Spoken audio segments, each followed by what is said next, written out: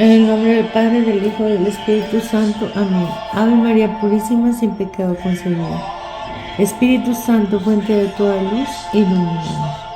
Oh Señor Dios de los ejércitos, restáuranos.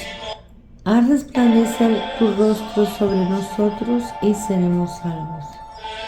Continuamos con la conferencia. Nos quedamos en el último párrafo que decía: y aquí llegamos al puntum dolens, es decir, a la gran contradicción que une a los partidarios del Vaticano II con sus oponentes históricos, la Fraternidad San Pío X in primis, al querer hacer una valoración de hechos objetivamente extraordinarios recurriendo a normas ordinarias. Como lo he reiterado varias veces, me parece que algunos tienen más en mente la doctrina del papado que la salvación de las almas, de modo que prefieren ser gobernados por un papa hereje y apóstata antes que reconocer que un hereje o un apóstata no puede estar a la cabeza de la Iglesia a la que como tal no pertenece. De ahí las distinciones entre herejía formal y material, que no impiden en lo más mínimo la acción destructiva de Bergoglio. La objeción de que la acusación de herejía o apostasía del pontífice reinante podría causar división y escándalo es desmentida por la evidencia de la división y del escándalo que ya está ampliamente en marcha en el cuerpo eclesial, precisamente por su herejía y apostasía, que es, por así decir, la punta del iceberg de una crisis mucho peor y generalizada de la jerarquía y del clero, iniciada hace 60 años y que hoy ha alcanzado casi su punto máximo. Esto es muy importante, señores, que lo retengan, por eso lo repito. Ahora continuamos con el siguiente punto: un único plan subversivo. Hace unas semanas fue arrestado por pedofilia y pornografía infantil un importante colaborador de Hillary Clinton y de John Podesta. Me refiero a Slade Sommer, vinculado al mundo de Broadway y al cine, que participó en la acción de descrédito del tristemente conocido Pizzagate, es decir, de la red de vil complicidad y horrendos crímenes contra menores que gira en torno al Estado Profundo Internacional. Nos hemos enterado de que ciertamente Jeffrey Epstein y muy probablemente Ghislaine Maxwell eran miembros del Mossad israelí. Esto nos hace entender que los famosos viajes de muchísimos personajes conocidos a la isla de Epstein sirvieron para reunir pruebas de su culpabilidad en los brutales crímenes rituales contra menores con el fin de chantajearlos. Aquí hago puntos suspensivos y me brinco hasta la parte siguiente. Pero si este chantaje a los poderosos del mundo constituyen el elemento unificador del proyecto subversivo globalista, no podemos dejar de pensar que el rol indispensable desempeñado por la Iglesia Católica fue de alguna manera forzado, no solo por el nombramiento de Bergoglio como miembro de los enemigos de la Iglesia citado en la cima, sino también por los escándalos sexuales y financieros que solo han surgido parcialmente en relación con muchos prelados representantes de la Iglesia Profunda.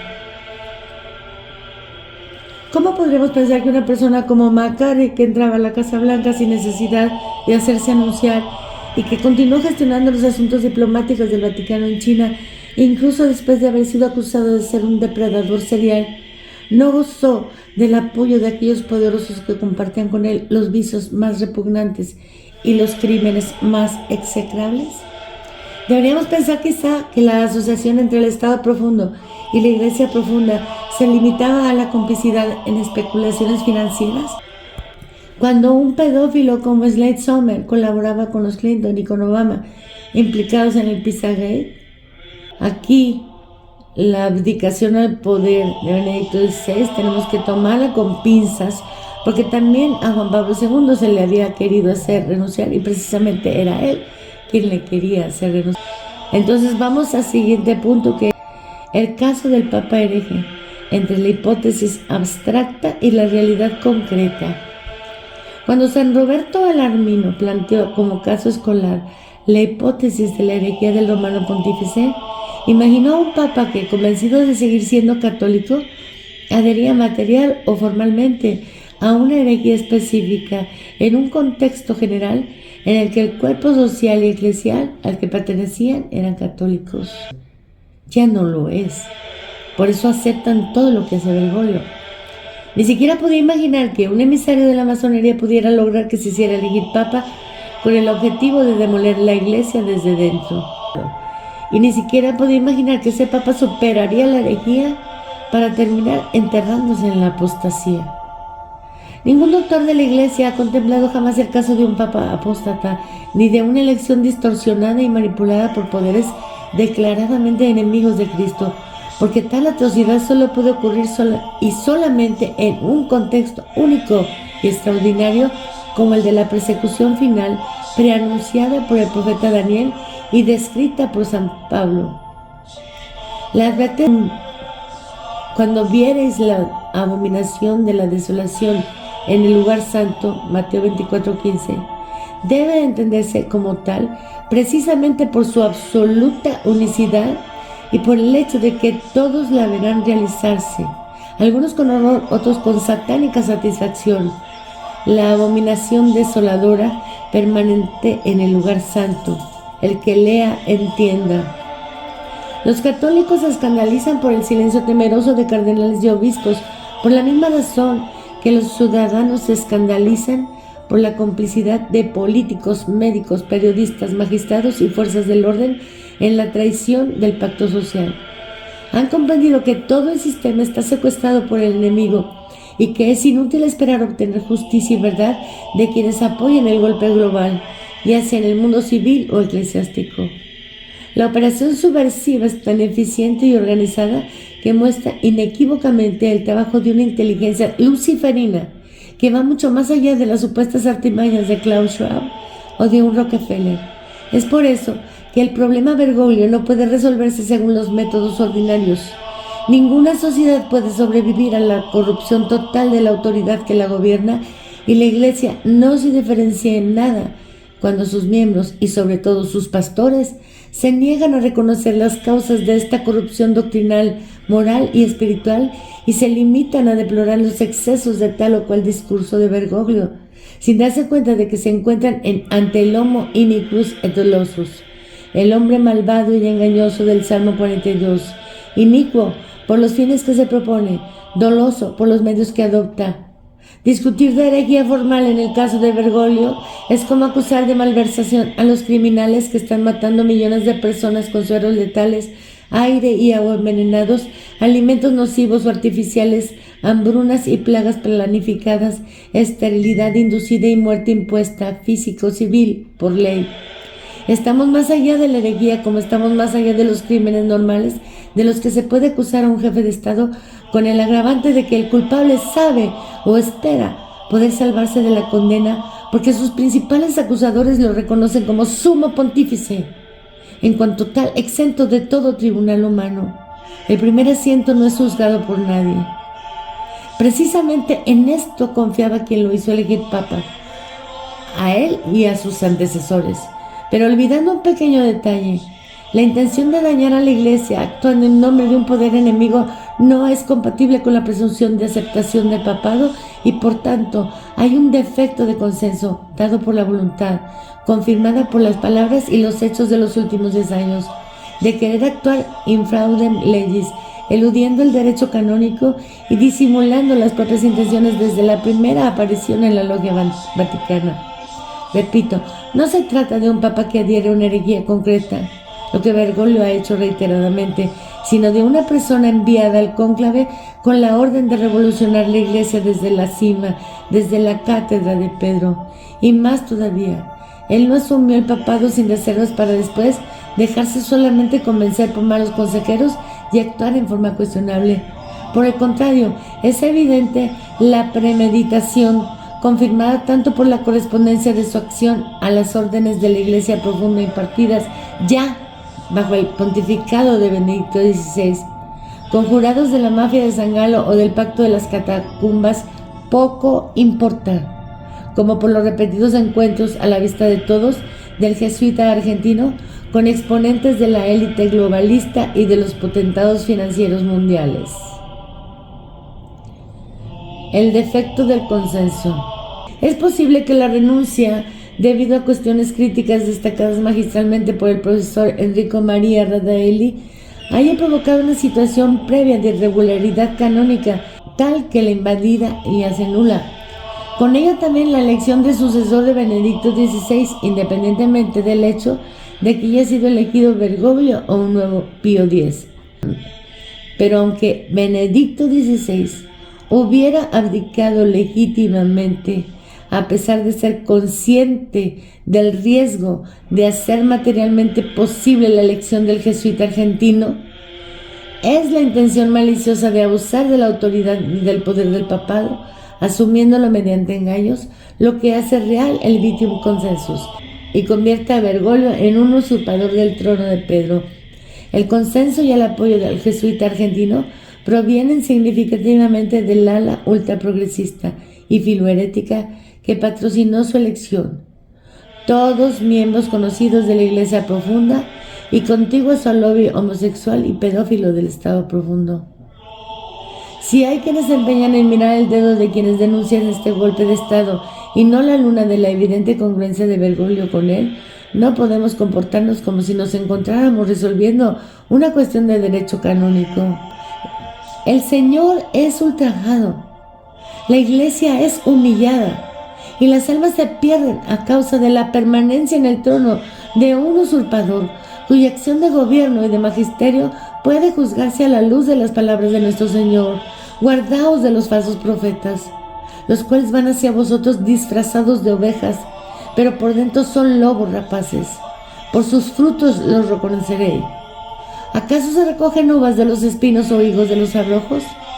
Asimismo, todo árbol bueno da frutos sanos, y todo árbol malo da frutos malos. Un árbol bueno no puede dar frutos malos, ni un árbol malo frutos buenos. Todo árbol que no produce buen fruto es cortado y arrojado al fuego, de modo que por sus frutos los conoceréis. Mateo 7, 15, 20. Esto lo hemos repetido en nuestros videos hasta el cansancio. Y nos referimos al concilio, no solo a Bergoglio. Pero aquí está referido solo a Bergoglio. Continuamos con la lectura. Han oído bien. Un árbol bueno no puede producir frutos malos, ni un árbol malo puede producir frutos buenos. Lo que significa que el comportamiento ininterrumpido de Bergoglio antes, durante y después de su elección vale por sí mismo como prueba de su intrínseca iniquidad. ¿Podemos entonces estar moralmente seguros de que el inquilino de Santa Marta es un falso profeta? Mi respuesta es sí.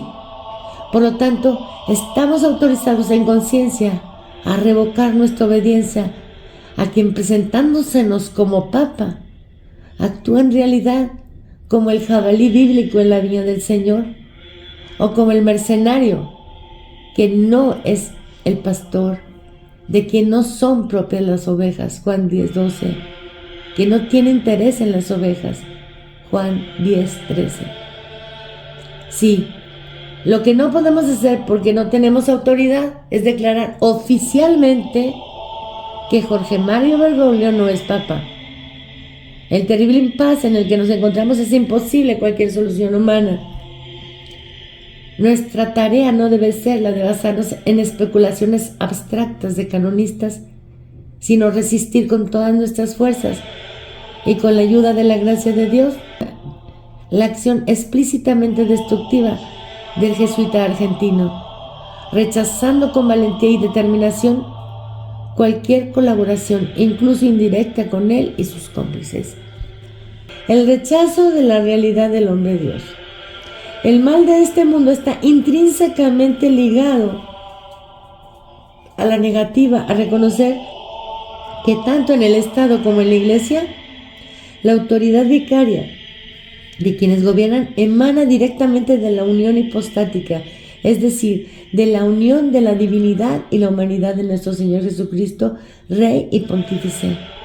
El odio de los malvados contra Cristo Rey nació en la eternidad de los tiempos, cuando la Santísima Trinidad puso a prueba a Lucifer y éste comprendió que debía adorar y obedecer al hombre Dios, que debía reconocerlo como Rey y Señor, a pesar de la humillación de haber asumido un cuerpo humano y la infamia del suplicio de la cruz.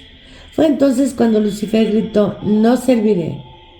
Encontramos ese grito de rebelión que mereció la condenación eterna de una parte de los espíritus angélicos en las vestiduras rasgadas de Caifás, en las maniobras de los sumos sacerdotes y de los escribas del pueblo para enviar a la muerte al Mesías prometido, culpable de no haberse prestado a los objetivos del poder del Sanedrín. Lo encontramos en el delirio teológico del sionismo que desde el Congreso de Basilea de 1897 se ha posicionado como una especie de Vaticano II del judaísmo, sustituyendo la figura de un Mesías personal con el advenimiento del Estado de Israel. Ese concilio judío sancionó la divinización del Estado y su independencia de la voluntad divina. Los miembros del Sanedrín modernista no actuaron en forma diferente cuando en nombre del Estado secular y de la libertad religiosa pisotearon la doctrina de la realeza social de Cristo que acababa de proclamar Pío XI. El non serviam ya había resonado en la Alemania del heresiarca Lutero y en la Inglaterra de Enrique VIII, con el rechazo de la autoridad del vicario de Cristo, y había vuelto a resonar con arrogancia en la Francia revolucionaria, con la Declaración Universal de los Derechos del Hombre, y también con el liberalismo que sustrae el señorío de Dios, no solo el dominio de las naciones, sino también el primado de la moral sobre las reglas de la economía. Encontramos el non serviam en el materialismo ateo del comunismo, la falsa contraparte del liberalismo, que lo quiso y lo apoyó para destruir el tejido social mediante la lucha de clases. Y hoy este grito infernal resuena con los horrores del aborto, la eutanasia, la transición de género y la ingeniería genética, cuyo único propósito es el de borrar todo rastro de lo divino en el hombre y en la creación y romper el vínculo entre el hombre y Dios consumado en la encarnación.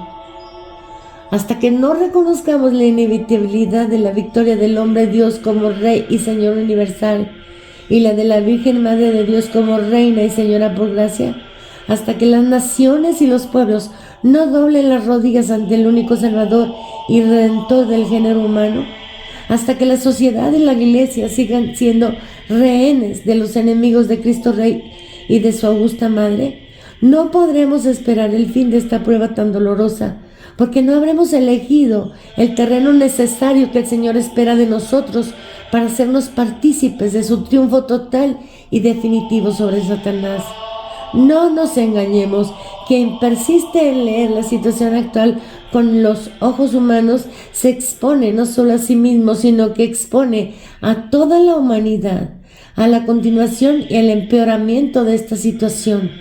Porque nuestra batalla no es contra la carne y la sangre, sino contra los principados, contra las potestades, contra las dominaciones de este mundo tenebroso, contra los espíritus del mal que están en las alturas.